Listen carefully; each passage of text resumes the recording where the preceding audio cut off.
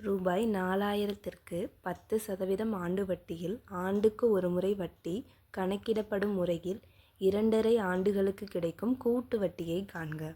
இப்போ இந்த கொஷினில் என்ன கேட்டிருக்காங்க அப்படின்னா, பிரின்சிபல் அமௌண்ட் 4000 இருக்குது, அதை 10% இன்ட்ரெஸ்ட்டுக்கு வந்துட்டு 2½ வருஷத்துக்கு வந்துட்டு கூட்டு வட்டியில் விட்டோம் அப்படின்னா வட்டி வந்துட்டு எவ்வளோ அப்படின்னு தான் வந்து கேட்குறாங்க. புரியுதா?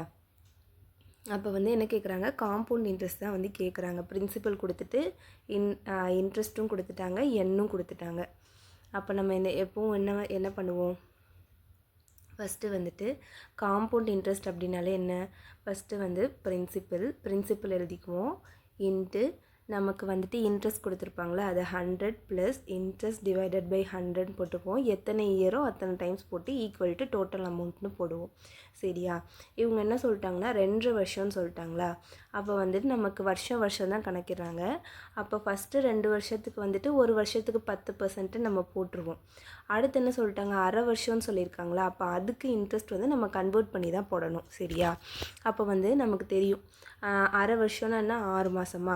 அப்போ இங்கே என்ன சொல்லிட்டாங்க, 12 மாதம், அதாவது ஒரு வருஷத்துக்கு வந்து 10% வட்டி அப்படின்னா 6 மாதத்துக்கு அதில் பாதி வருமா.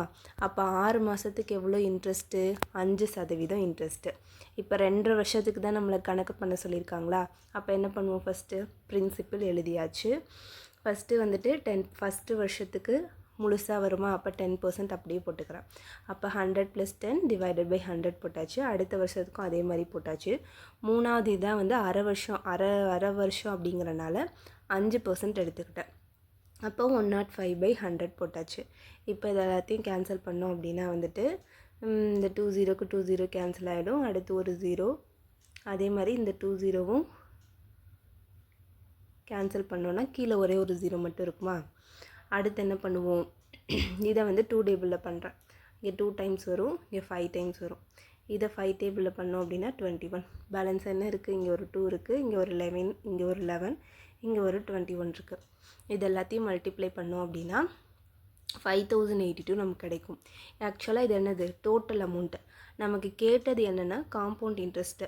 அப்போ என்ன பண்ணணும், நம்ம டோட்டல் அமௌண்ட்லேருந்து பிரின்சிபலை மைனஸ் பண்ணால் நமக்கு இன்ட்ரெஸ்ட் கிடைச்சிருமா. அப்போ இந்த 5082லேருந்து பிரின்சிபல் 4000 மைனஸ் பண்ணுறோம். மைனஸ் பண்ணோம் அப்படின்னா என்ன கிடைக்கும், 1082. அப்போ நமக்கு 2½ வருஷத்துக்கான காம்பவுண்ட் இன்ட்ரெஸ்ட் எவ்வளோ அப்படின்னா 1082. ஓகேயா?